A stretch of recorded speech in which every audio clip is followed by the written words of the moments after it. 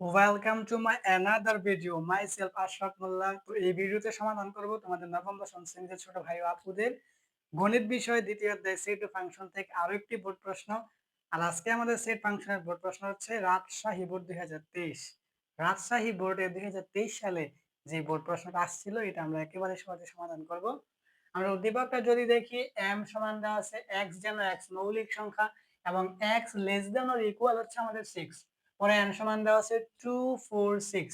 আর সমান একটা অন্যায় দেওয়া আছে x, y যেন x belongs to m, y belongs to n।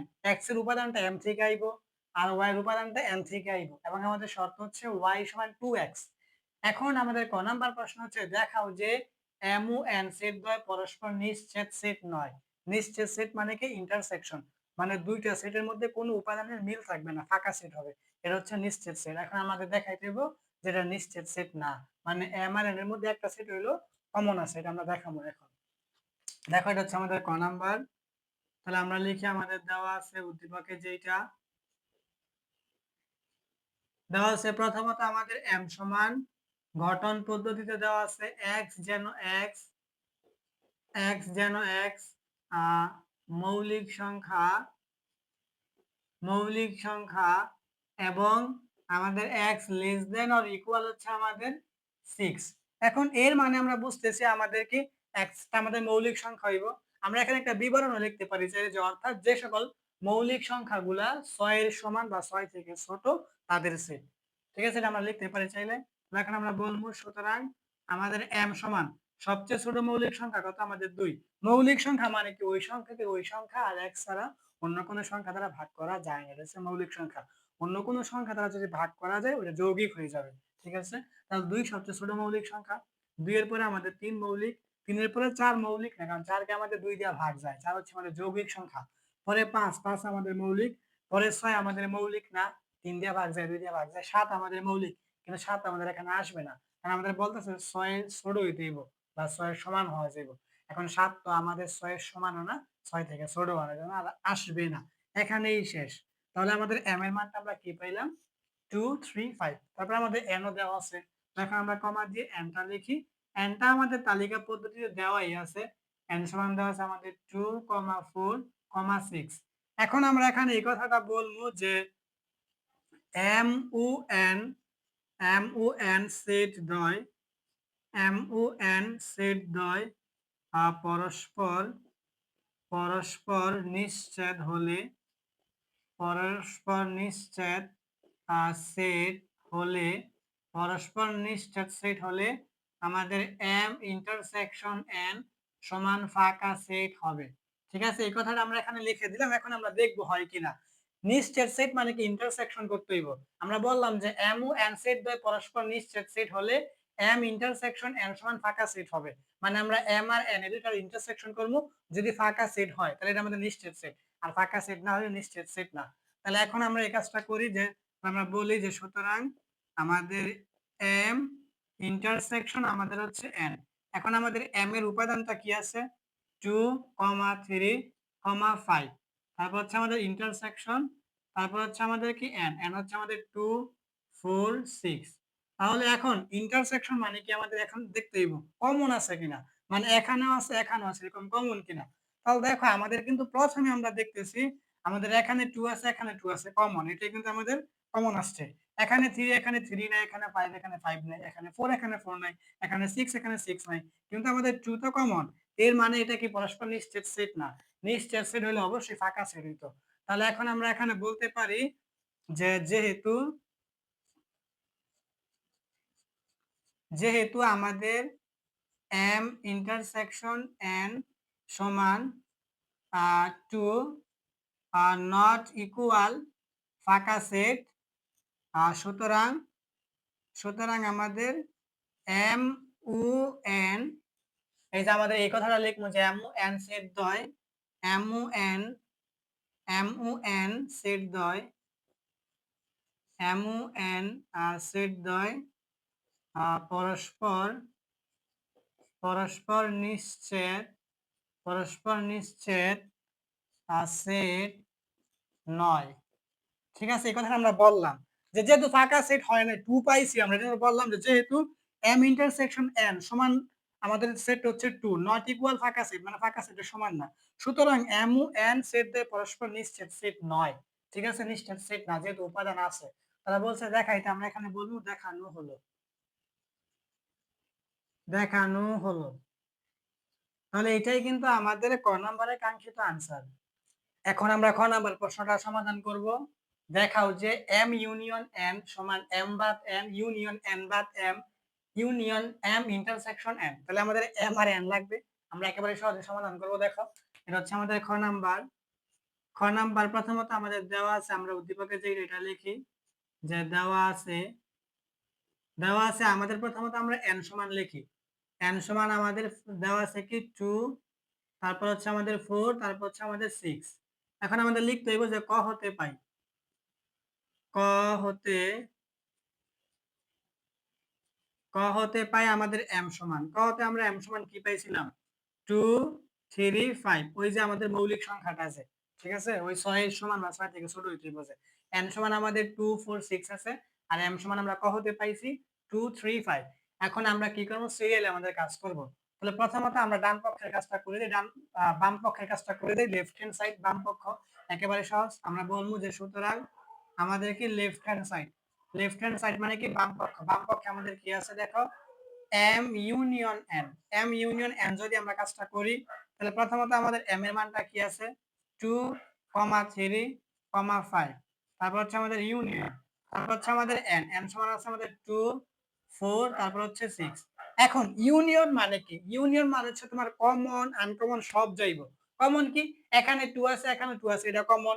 আবার এখানে 5 আছে এখানে 5 নেই, এটা আনকমন। এই ইউনিয়নের ক্ষেত্রে কমন আনকমন সব যায়। তো যদি আমরা কমন আনকমন সব নেই তাহলে প্রথমত এখানে আবার 2 আছে এখানে 2 আছে, এটা কমন, এটা যাবে 2। তারপরে দেখো আমাদের এখানে 3 এখানে 3 নেই, আনকমন, এটা যাইবো। পরে এখানে আমাদের 4 এখানে 4 নাই, এটা আমাদের আনকমন যাইবো। এখানে 5 এখানে 5 নাই, এটা আমাদের যাইবো। এখানে 6 এখানে 6 নাই, এটা আমাদের যাইবো। ঠিক আছে, এটা হচ্ছে আমাদের ইউনিয়ন, মানে কমন আনকমন সব যাইবো। কমন হলে তো যাইবই, আনকমন হলেও যাইবো।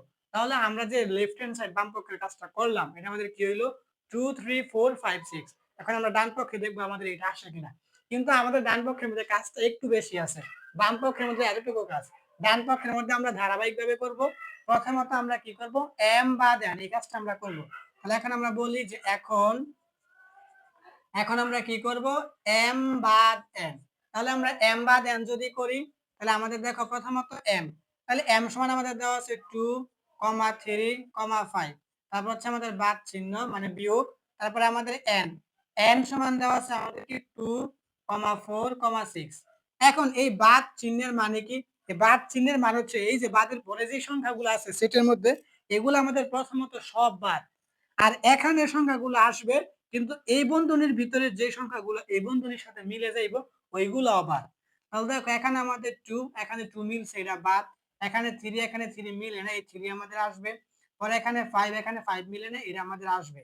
কিন্তু তোমরা যদি বলো এই যে 4 এই যে 6 কেন আসে না, আমি প্রথমেই বলছি এখানের কোনো সংখ্যা আসবে না, এখানে সব বাদ। এখন এখানের মধ্যে এগুলো আসবে, আবার যেগুলো মিলবে এখানে এগুলো বাদ। 2 এটার সাথে মিলছে, বাদ হয়ে গেছে। 3 আর 5 মিলে না, এই জন্য আসছে। ঠিক আছে, আমরা m বাদ n পাইলাম। এখন আমরা এখানে করি, এবং দিয়ে করি আমরা, এবং দিয়ে আমরা কি করবো এখন n বাদ m করবো। তাহলে আমরা করি n বাদ m। তাহলে n বাদ m যদি করি তাহলে প্রথমত আমাদের n মানে কি আমাদের 2, তারপরে 4, তারপরে 6, তারপরে হচ্ছে আমাদের বাদ m হচ্ছে আমাদের কি 2 3, তারপর হচ্ছে আমাদের 5। তাহলে আমাদের বাদের নিয়মটা আমরা তো জানি কি, প্রথমত এই যে এখানে 2 এখানে 2 মিলছে, এটা বাদ। এখানে 4 এখানে 4 মিলে নাই, এটা আসবে। এখানে 6 এখানে 6 মিলে নাই, এটাও আসবে। আর এখানে সব তো আমাদের প্রথমত অটোমেটিকলি বাদ। ঠিক আছে, পরে আমরা কি করবো, এই যে আমাদের এটা বের করবো। এটা কি আমাদের, এটা হচ্ছে আমাদের m union n, m union n। তাহলে m ইউনিয়ন n যদি আমরা করি তাহলে আমাদের m এর মানটা আমরা কি পাইছি 2 3, তারপর হচ্ছে আমাদের 5, তারপর হচ্ছে ইন্টারসেকশন n, n এর মান আমরা কি পাইছি 2 4 6।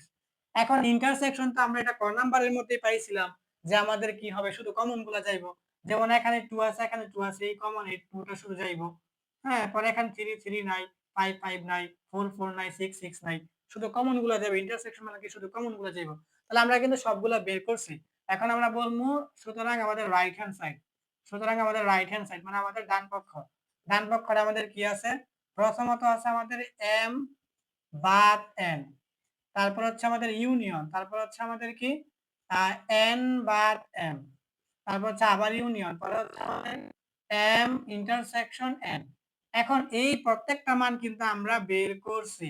প্রথমত m বাদ n, m বাদ n আমরা বের করছি 3 আর 5, তাহলে মানটা এখানে বসাও 3 আর 5। পরে হচ্ছে আমাদের ইউনিয়ন, পরে হচ্ছে আমাদের n বাদ m, এটা আমরা পাইছি কি আমাদের 4 আর হচ্ছে আমাদের 6, পরে হচ্ছে আমাদের ইউনিয়ন, পরে হচ্ছে আমাদের m ইন্টারসেকশন এর মানে আমরা পাইছি 2, এই যে আমরা মানটা বসাইলাম 2।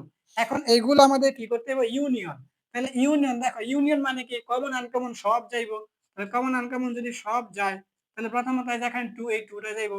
আমরা সিরিয়ালি লিখি, এখানে 3, এই 3 ও যাইবো, পরে এখানে 4, এই 4 ও যাইবো, এখানে 5, এই 5 ও যাইবো, এখানে 6, এই 6 ও যাইবো। ঠিক আছে? যদি আরো কিছু থাকতো তাও যাইতো, কারণ ইউনিয়ন মানে কমন আনকমন সব যাইবো। তাইলে আমাদের বাম পক্ষের মধ্যে আসছিল কি সর্বশেষ 2 3 4 5 6, আর আমাদের ডান পক্ষে কি আসলো 2 3 5 4 6। ঠিক আছে, বাম পক্ষ সমান ডান পক্ষ কিন্তু হয়েছে। তাহলে এখন আমরা এখানে বলতে পারবো যে সুতরাং আমাদের লেফট হ্যান্ড সাইড সমান হচ্ছে আমাদের রাইট হ্যান্ড সাইড, মানে বাম পক্ষ সমান হচ্ছে আমাদের কি ডান পক্ষ। এখন তারা বলছে দেখাইতে, আমরা বলবো দেখানো হলো, দেখানো হলো, দেখানো হলো। এটাই কিন্তু আমাদের খ নাম্বারের কাঙ্ক্ষিত আনসার। আমাদের সর্বশেষ প্রশ্নটা আমরা এখন সমাধান করব, গ নাম্বার। আর অন্যটিকে তালিকা পদ্ধতিতে প্রকাশ করে তার ডোমেন নির্ণয় করো। তাহলে আমরা আরটা যদি সমাধান করতে যাই, এখানে বলা আছে x এর মানটা m থেকে আইবো, y এর মানটা n থেকে আইবো, আমাদের m আর n সেটটা লাগবে। তাহলে এটা হচ্ছে আমাদের গ নাম্বারটা।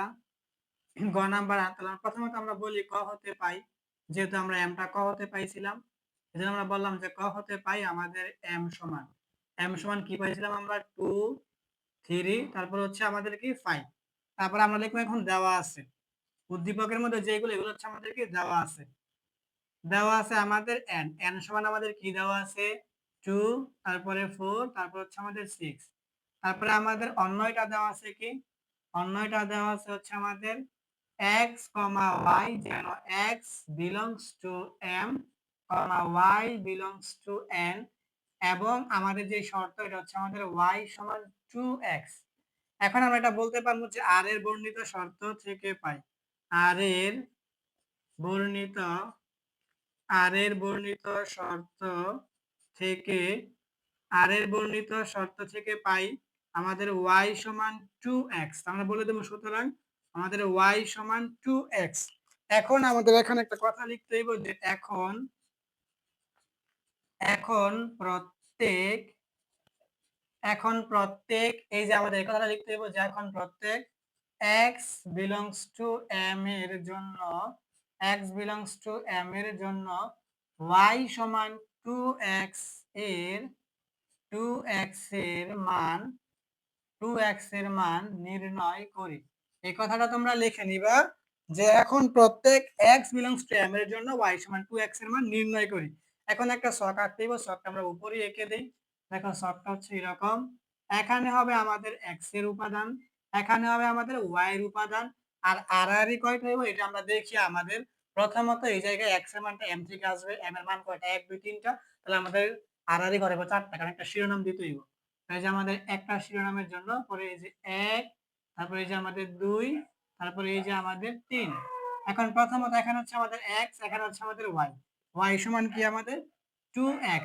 এখন এখানে কিন্তু বলাই আছে যে আমাদের x এর উপাদানগুলা, x এর যে মানগুলা এগুলো আমাদের m থেকে আসবে। আমরা m থেকে সরাসরি বসাই দেই 2 3 5, আমরা বসাই দিলাম 2 3, তারপর হচ্ছে আমাদের 5, আর আমাদের y সমান শর্ত দেওয়া আছে 2x। ঠিক আছে, 2x।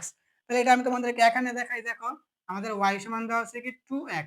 তাইলে এখন আমি কি করব, এখানে আমাদের x এর মান এখানে কত আছে 2, তাহলে আমি এখন এই যে 2 গুণ x এর মান 2 বসাইলাম, তাহলে কত 2 2 4, অর্থাৎ আমরা এখানে কত দেব 4, আর এখানে x এর মান কত আছে 3। যদি আমি এখানে x এর মান 3 বসাই, তাহলে 2 গুণ x এর মান 3, তাহলে কত হবে 3 2 6, তাহলে এখানে কত হবে আমার 6, এখানে কত আছে 5। যদি আমি এখানে x এর জায়গায় 5 বসাই, তাহলে আমার 2 গুণ x এর জায়গায় 5 বসাই, তাহলে কত হবে 5 2 10, তাহলে এখানে আমার কত হইতাছে 10। ঠিক আছে, আমাদের যে শর্তটা ছিল যে y সমান 2x, এটা দ্বারা আমরা বের করে ফেললাম যে 4, 6, 10 এটা হচ্ছে আমাদের y এর উপাদান।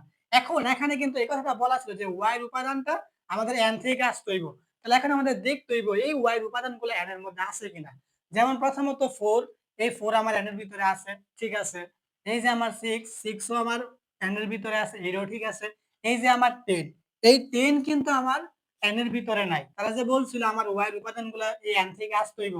তাহলে এই 10 টা কিন্তু আমার n এর ভিতর থেকে আসে নাই। তাহলে এই 10 টা কিন্তু আমার এই s এর ভিতরে আসবে না। যেহেতু এই 10 টা আমার n এর ভিতরে নাই, সেহেতু আমার এই 5 সহ এই 10 এই পুরা ক্রোমোজোমটা আমার এই আর অন্যের ভিতরে আসবে না। ঠিক আছে? আর অন্যের ভিতরে আসবে না। যেহেতু এই 10 আমার এই n, এই n এর ভিতরে নাই, শর্ত মানছে না। এজন্য পুরা ক্রোমোজোম মানে পুরাটা 5,10 আমার আর অন্যের ভিতরে আসবে না। এটা আমাদের এখানে বলতে হইব যে যেহেতু আমাদের 10 not belongs to n, সেহেতু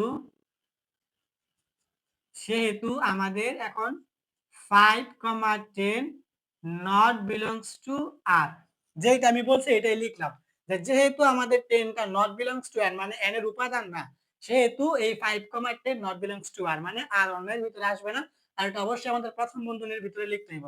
এখন আমাদের যে অন্যটা হবে এটা আমরা লিখবো যে সুতরাং আমাদের r সমান প্রথম একটা দ্বিতীয় বন্ধনী বা প্রথম বন্ধনীর ভিতরে দেখো 2,4 কমা হচ্ছে আমাদের কি 3,6, তারপর একটা দ্বিতীয় বন্ধনী, ঠিক আছে।